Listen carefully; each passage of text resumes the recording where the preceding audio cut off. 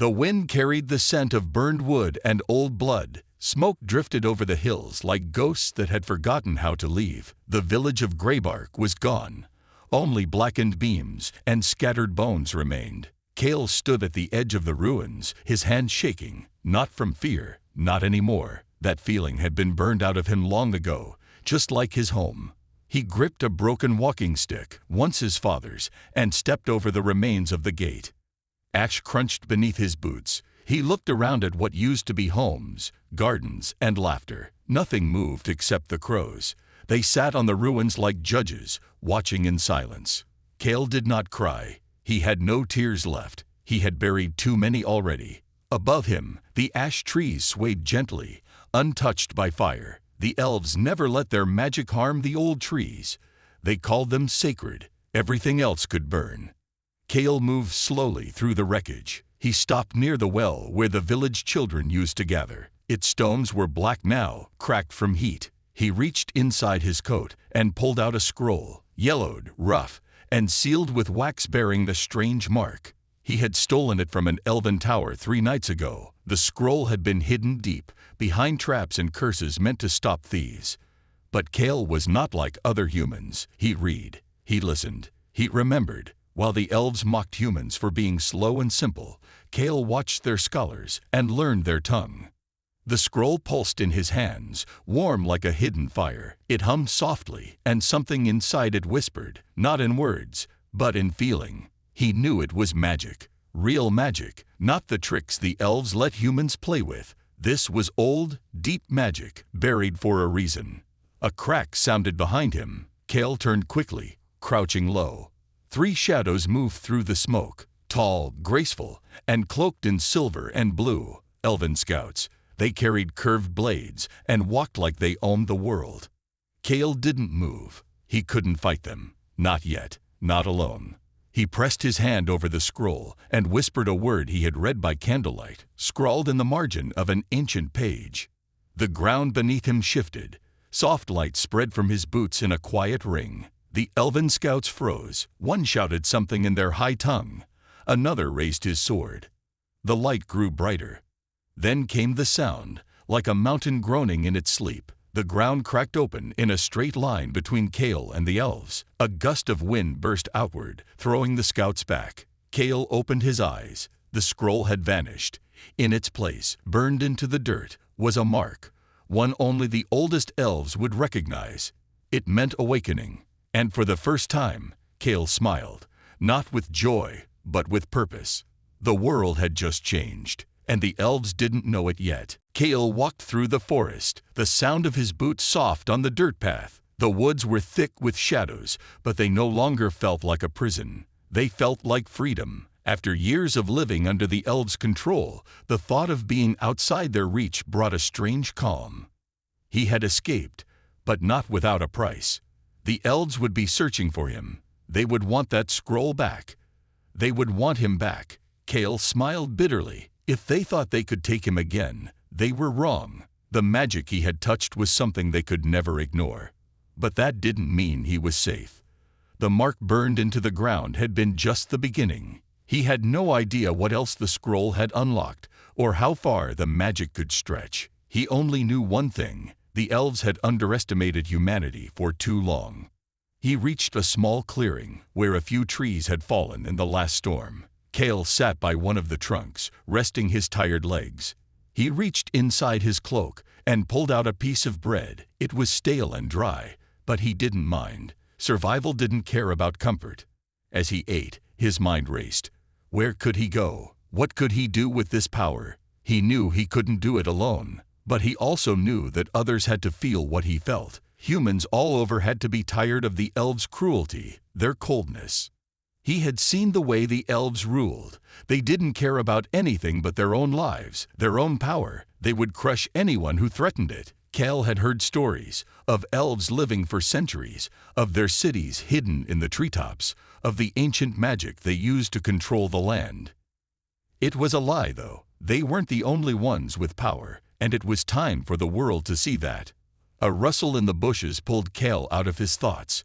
His hand went to the knife at his belt. He had learned long ago that the world wasn't kind to humans who traveled alone. A figure stepped into the clearing. Kale tensed, ready to fight. But the figure raised their hands in peace. It was a woman, her dark hair braided tightly, her eyes sharp and serious.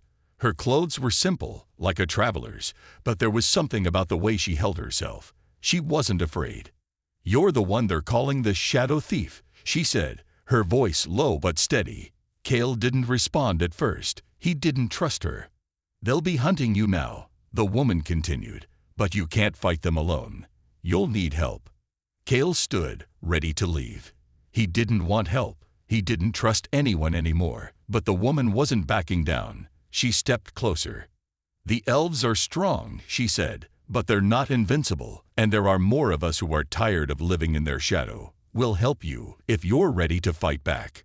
Kale hesitated. The thought of joining forces with others was a risk, but it was also his best chance. The magic he had awakened was just a spark. To build something strong, he needed more. Finally, he nodded. "Fine," he said, his voice steady. "But know this, we're not just going to fight, we're going to win." The woman smiled. "Then we've already won," she said. Kale didn't know if that was true, but for the first time, he felt a spark of hope. The elves had underestimated humanity before. Now, they would learn just how wrong they were. Kale and the woman, who introduced herself as Elira, traveled together for several days. They moved quickly, through forests and over hills, always staying off the main roads. Kale learned little about her past, and she asked nothing of his. Silence suited both of them. It allowed them to think, to plan, and to avoid attention. It was on the fourth night that they arrived at their destination, a small, hidden camp deep in the heart of the forest. The trees here were ancient, their trunks thick and gnarled. The air was filled with the scent of damp earth and old wood. There was a fire in the center of the camp, crackling softly in the night. Around it sat a handful of people, men and women, young and old, each with the same tired look in their eyes. Kale could tell right away that they were not ordinary villagers. They were survivors. Each one carried the weight of their experiences, broken families, lost homes, and bitter memories. The elves had taken much from them. Elira motioned for Kale to sit beside her at the fire. As they did, one of the older men, a large figure with a long gray beard, stood and approached. His name was Broger, and his voice was low and gravelly. "So, you're the one who has the elves chasing him," he said, sizing Kale up with his dark eyes. "You've got something they want." Kale nodded, his fingers absently tracing the edge of the broken walking stick he still carried. "More than one thing," he said quietly, "but I'm not sure how to use it yet." Broger studied him for a long moment before speaking again. "The elves have underestimated us for far too long. They think we're weak, that we're no more than shadows hiding in the forest. But we've been here, in the dark, waiting. Now, you've given us a chance to fight back." Kale didn't speak for a moment. The fire crackled between them, the flames dancing in the cool night air. "How do we start?" he finally asked. Elira stood up. "We've been collecting information about the elves for years," she said, "about their patrols, their strongholds, their weaknesses. We have allies scattered across the land, people who are ready to fight, but they need someone to lead them." Broger's eyes narrowed, his voice steady. "We'll need weapons, supplies, and a plan. We don't have much, but we've made do." Kale could feel the weight of their expectations pressing down on him. He had been a scribe, a quiet observer of history, never a leader. But now, everything had changed. He had magic, real magic, something the elves could never take away. He looked around at the group, at the tired faces staring back at him. They had all lost something, and now they had one chance to take it back. "We'll start by gathering those who are willing to fight," Kale said, his voice firmer than he felt. "We'll need to be fast and smart. The elves will expect a full battle. They won't expect humans to use magic against them." Elira smiled, a small, knowing smile. "We'll make sure they never see us coming." Kale stood, his heart pounding in his chest. For the first time in a long while, he felt the fire of hope. The elves had thought humans were nothing. They had been wrong. Now, it was time to show them. The days that followed were filled with movement. Kale and Elira worked quickly, moving from one hidden camp to another, gathering people, making plans, and sharing the knowledge Kale had learned from the elves' ancient scroll. They spoke in quiet voices, meeting in the shadows of trees and beneath the cover of thick branches, careful not to attract attention. The humans they found were weary, but there was a fire in their eyes, something Kale recognized. They had been beaten down by the elves for so long that the smallest spark of resistance felt like a flame ready to spread. One evening, after a long day of travel, Kale stood in the center of a small clearing, looking at the group they had gathered. The firelight flickered in their faces, casting long shadows on the ground. They were ready. "We've come this far," Kale began, his voice steady, though the weight of the moment pressed down on him. "But it's not enough just to be ready. We need to act, and we need to do it quickly. The elves won't wait. They will come for us, and when they do, we'll make them regret ever thinking we were weak." The people around him nodded, their faces determined. Elira stood beside him, her eyes sharp as she scanned the surrounding trees. "We know their patrols, their routes," she said. "We'll strike first, before they have a chance to respond. It'll be quick, clean, and we'll hit where they least expect it." Kale nodded. He had learned enough from the scroll to know that the elves were powerful, but their arrogance would be their downfall. They believed that no human could challenge them. No human could wield the magic that they controlled. They were wrong. The magic Kale had unlocked was still raw, still unfamiliar, but he could feel it, deep inside him, pulsing like a heartbeat. It wasn't just magic. It was power. The elves' magic had always been about control, but this was something different. "We'll hit the supply caravans," Kale continued. "They're vulnerable. We cut off their supplies, and they'll be forced to fight on our terms. We'll need to move fast," Brogar added from the back of the group. His voice was deep, steady. "And we'll need to leave no trace. The elves have eyes everywhere." Kale looked around at the group, their faces a mix of fear and determination. They had all lost something to the elves: homes, families, freedom, and now they had a chance to take it all back. He took a deep breath, feeling the weight of the moment settle over him. It was time to act. "Tonight, we strike," Kale said, his voice hardening with resolve. "We move under the cover of darkness. No one fights alone. Stay together. We fight. We win, and we show the elves that they're not the only ones with power."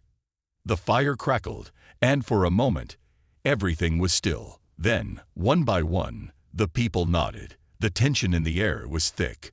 But there was something else now, something stronger. It was the feeling of a rising tide, of an unstoppable force. As the group prepared to leave, Kale felt a sense of calm wash over him. The magic inside him was no longer just a mystery. It was a weapon, and he was ready to use it. Tonight, the first spark would ignite, and the elves wouldn't know what hit them. The night was cold, the sky covered with a blanket of dark clouds that hid the stars. The only sounds were the rustling of leaves and the soft crunch of footsteps as Kale and his group moved through the forest. Their faces were hidden in the shadows, their eyes sharp, focused on the task ahead. They were heading to a small elven supply caravan that passed through the forest. The elves relied on these caravans to bring food, weapons, and supplies from their strongholds deep in the mountains. If they could stop the caravan, they would strike a blow against the elves' control over the humans. Kale's heart beat steady, but his mind was racing.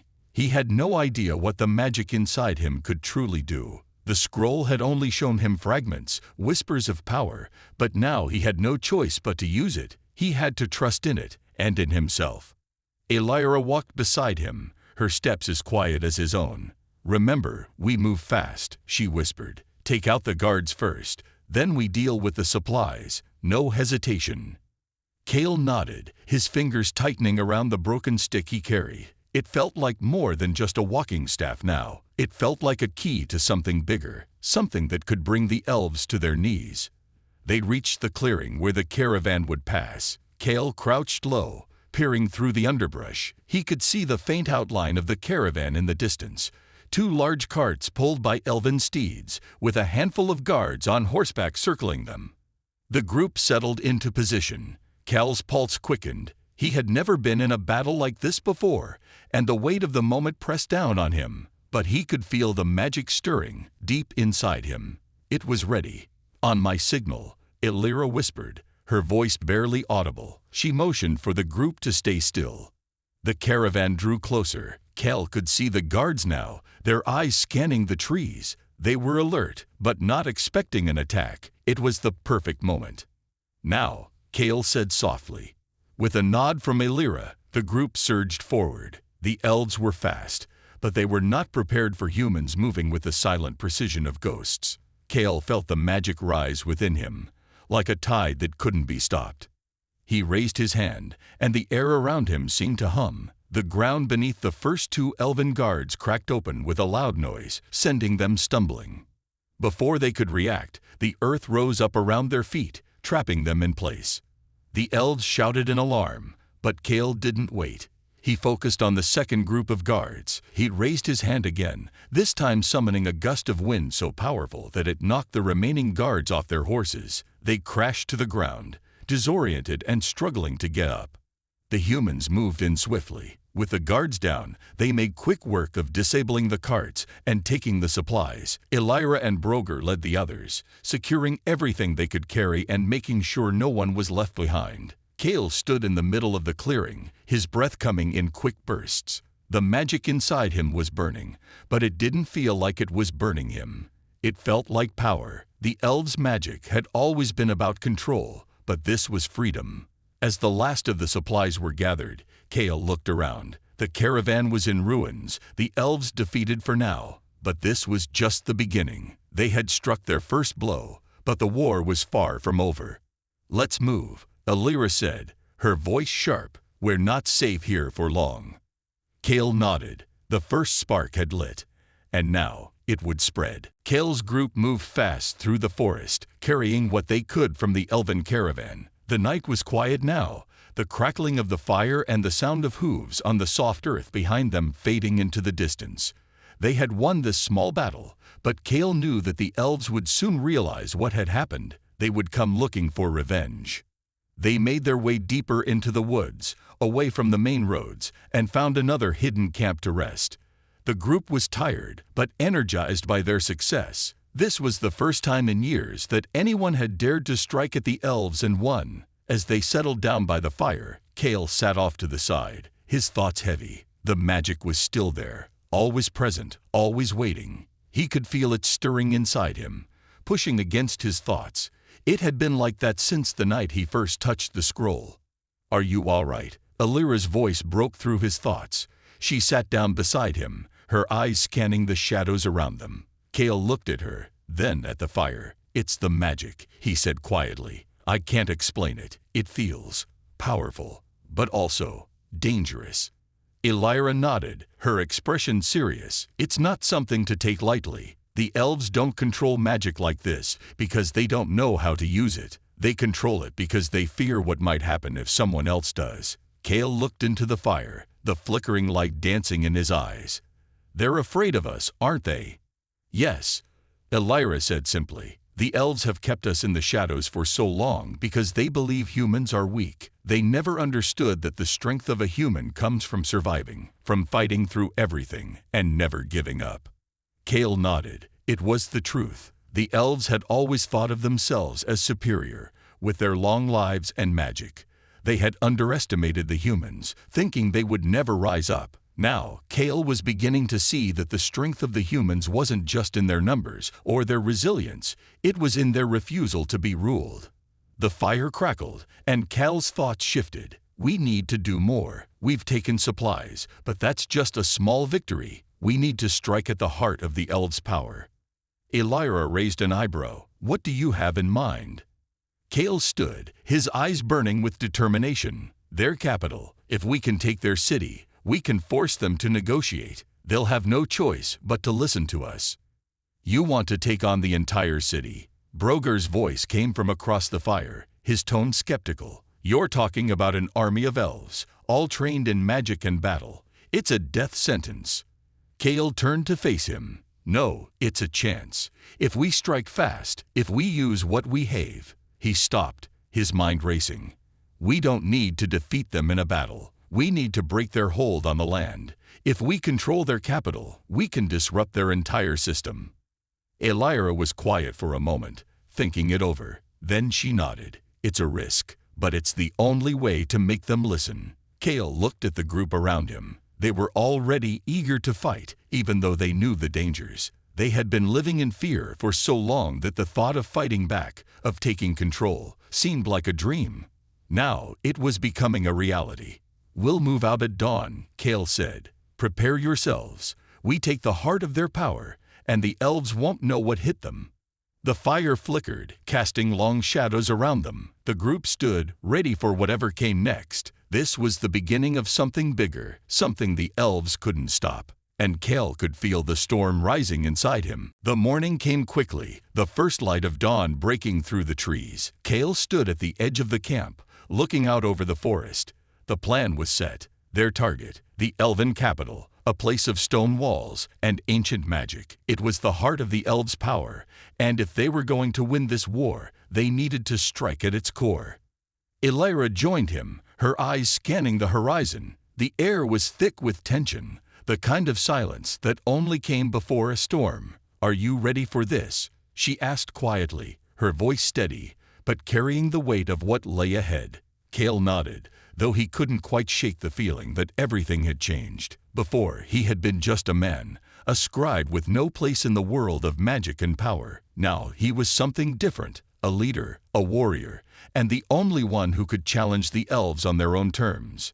"I'm ready," he said, though the words felt strange in his mouth. Elira gave a small nod and turned to the others. They were gathered around the fire, packing their things and preparing for the journey. The group had grown in size over the past few days, more and more humans coming to join the fight. There was no turning back now. The march to the Elven capital was long, and the group moved swiftly. They traveled through forests, across rivers, and over hills, avoiding the main roads. Every step brought them closer to their goal, but Kale could feel the weight of the decision pressing down on him. Taking the capital was a huge risk. They would be facing the full force of the elves' military might, but it was their only chance. On the third day, they reached the outskirts of the Elven capital. The city stood on a high plateau, surrounded by tall, smooth walls made of stone. At the gates, two massive statues of ancient Elven kings stood like silent sentinels, their eyes forever watching over the city. Kale and his group hid in the trees, their eyes on the walls. They were close now, too close for comfort. "How do we get in?" Brogar asked, his voice low. "Those walls are built to withstand anything." Elira looked at Kale. "You have the magic. Can you do it?" Kale's heart raced. He had no idea. The magic he had used so far had been raw and unrefined, nothing like the power of the elves. But if he didn't try, they had no hope.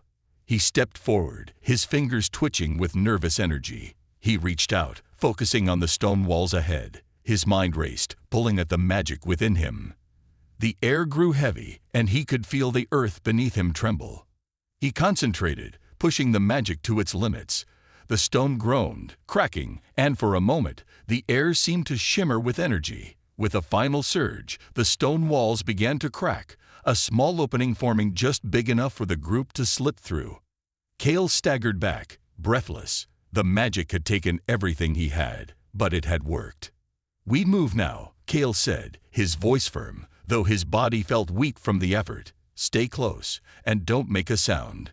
They slipped through the opening one by one, entering the Elven capital under the cover of darkness. Kale couldn't help but feel the weight of the city pressing down on him. This was it.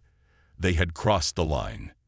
And now, there was no going back. The Elven capital was a city of towering stone, gleaming under the faint light of the moon. Every corner seemed to hold secrets, every building an ancient history. Kale felt a strange mixture of awe and dread as they moved through the city's narrow, winding streets. The stone walls rose high above them, casting long shadows that seemed to watch them with every step. The group moved quietly, slipping past guards who were unaware of their presence. The streets were mostly empty, the city still in the quiet moments before dawn. It was now or never. Kale's heart raced. They had to act fast. "The inner court is ahead," Elira whispered, leading the way. Once we get inside, we'll have to move quickly. We need to find the Elven Council and force them to listen." Kale nodded, his mind racing. The Council was the heart of the Elven power, the rulers who had kept humans under their control for centuries. If they could reach them, they could end the elves' dominance once and for all. As they moved through the streets, Kale could feel the magic within him stirring again. It was stronger now, more controlled, but still unpredictable. He could sense the power that flowed through the city's very stones, as if the magic of the elves was woven into every brick, every tower. They reached the gates of the inner court, which were guarded by 2 towering elven soldiers. They were tall and lean, their armor gleaming in the moonlight. Kale could feel the magic pulse within him, but he hesitated. There was no turning back.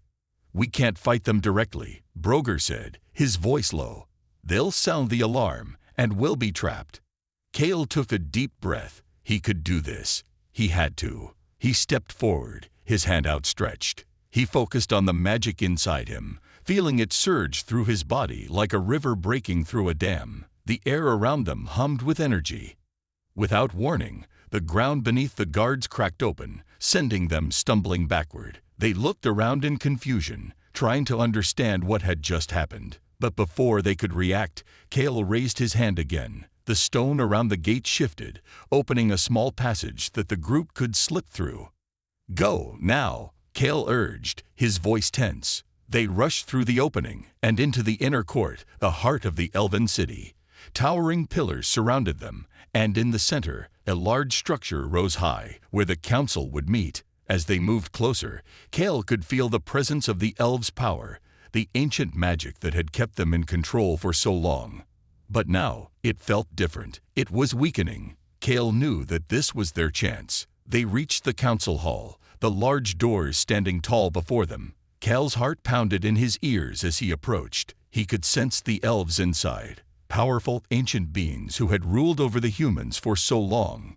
He took a deep breath, his hand reaching for the door. It was time to face the rulers of the elves, and this time, humanity would not be silenced.